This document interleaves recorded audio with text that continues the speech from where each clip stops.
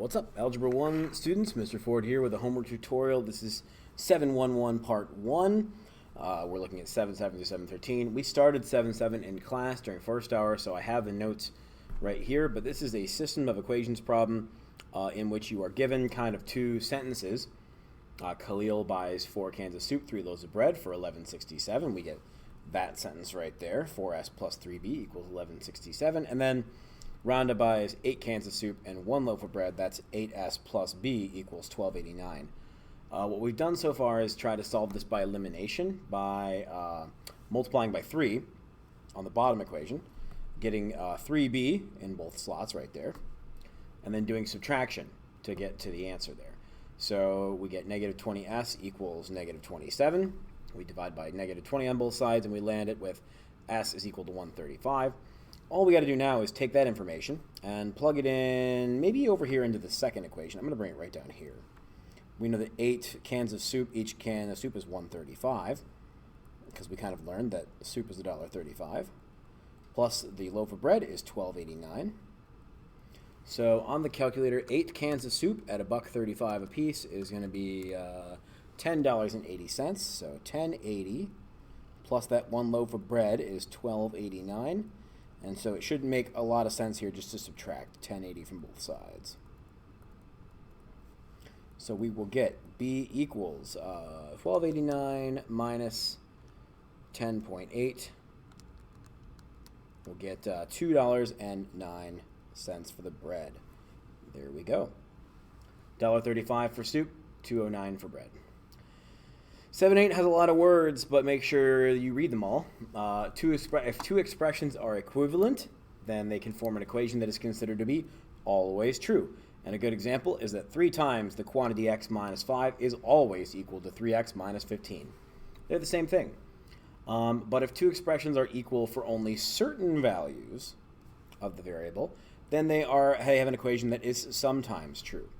And a good example is that x plus 2 is sometimes equal to 3x minus 8 if x is equal to 5. That's sometimes true. And then you get expressions that are never true. Like, for example, x minus 5 is never equal to x plus 1. You can never take the same number, subtract 5 from it, add 1 to it, and get the same answer. That's never going to happen. So that's never true. So, is this equation here always, sometimes, or never true? Is x plus 3 equal to x squared plus 9? Sometimes, always, or never true. Well, a good thing you want to do usually is to start off by just choosing a value for x out of the ether. How about x equals 2? I mean, if it's always true, I'm just gonna choose this value. Choose the value for x. If this is always true, then these two equations should give us the same thing for any value of x. So let's try it. How about 2 plus 3 squared equals 2 squared plus 9. Over here we get 5 squared, and over here we get 4 plus 9. And 5 squared is 25, and 4 plus 9 is 13. And these are not the same thing. So it's not always. We can cross that off the list.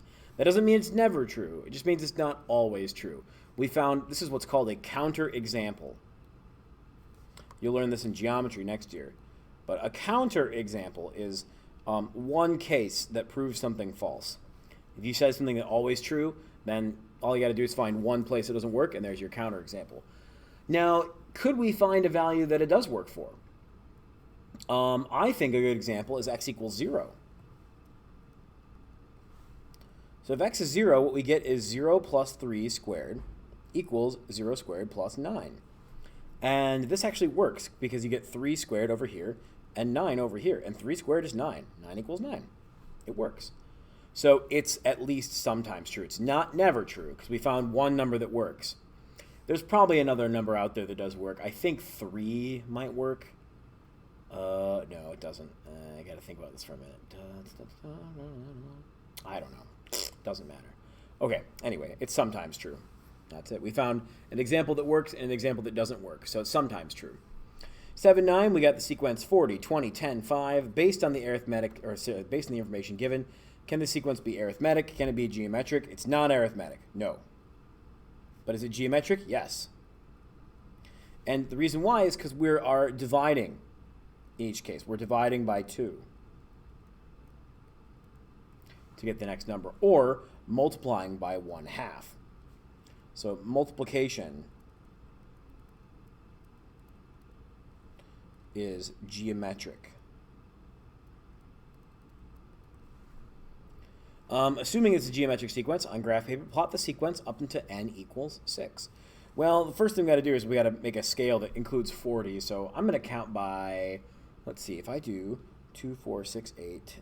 No, if I do 2s, I'll have 2, 4, 6, 8, 10, 12, 14, 16, 18, 20, 2, 4, 6, 8, 30, and 2, 4, 6, 8, 40.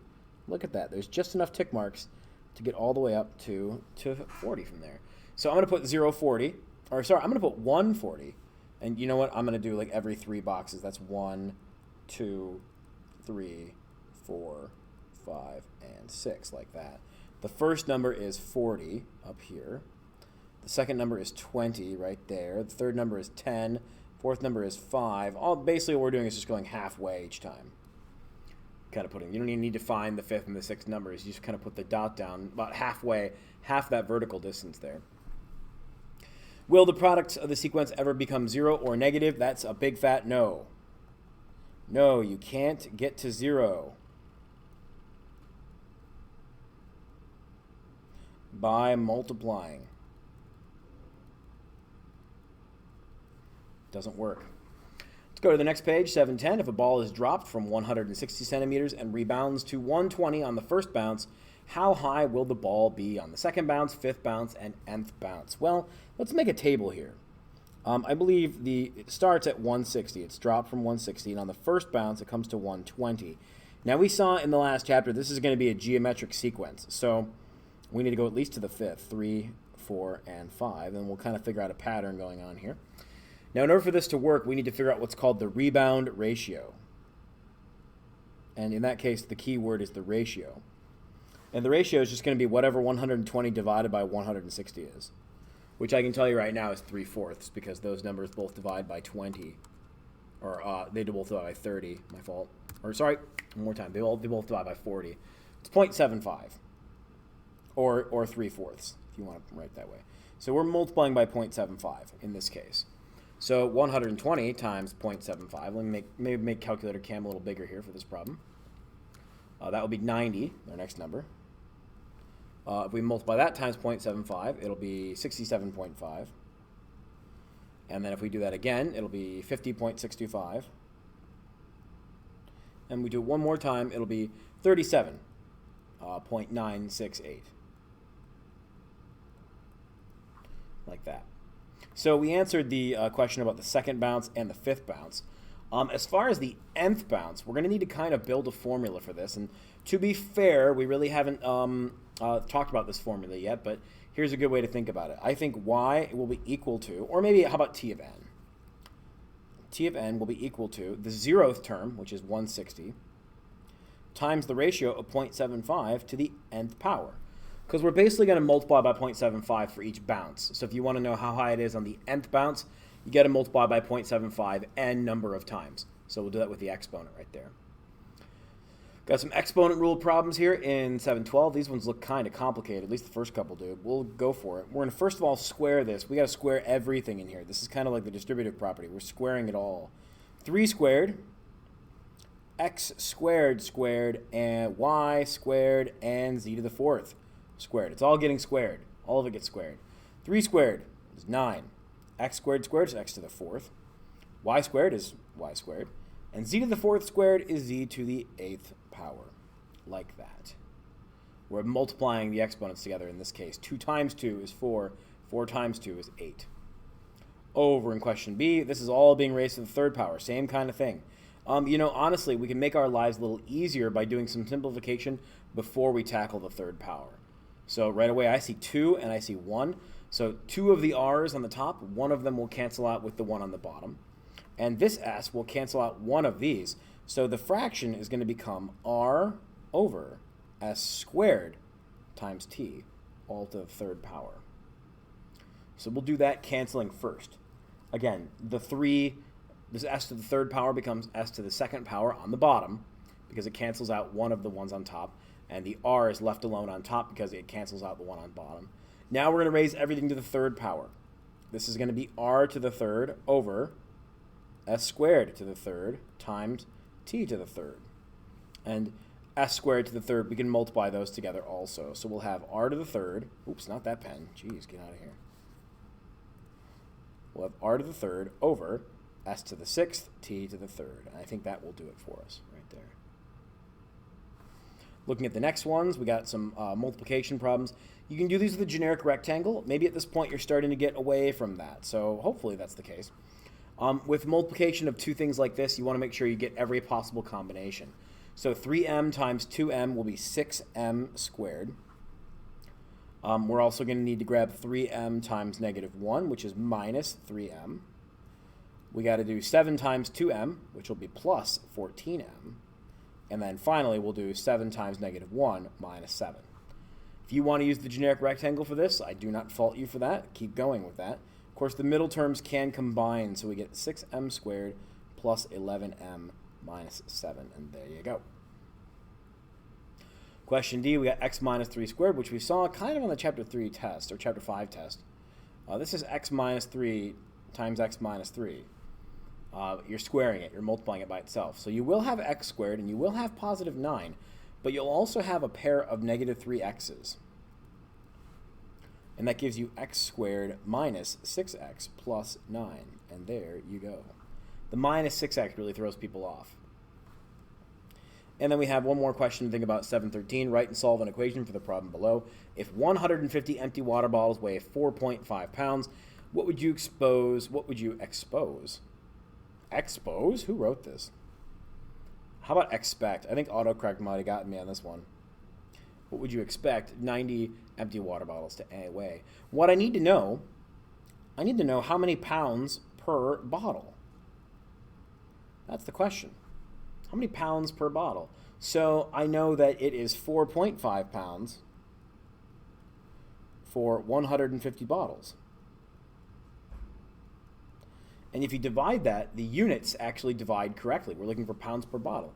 So 4.5 divided by 150 gives us that number, which I'm going to use the calculator's math fraction tool to get a decimal or a fraction for. So you could write this as 0.003 repeating, or I'm going to write it as 1/300th. But the unit is the most important part. It's pounds per bottle. Pounds per bottle. Like that. Now that we know that, we have 90 empty water bottles. So at this point, we can take 90 bottles and multiply by 1/300th of a pound per bottle. And again, what happens here is that the units actually cancel out, because bottle over bottle cancels. We're left with just pounds. So if we do 90 times, I'm going to use the calculator's feature of pushing the arrow key up and grabbing the decimal. It looks like it's going to be 0.29 repeating. I'm just going to round that up to 0.3. So it's going to be 0.3 pounds.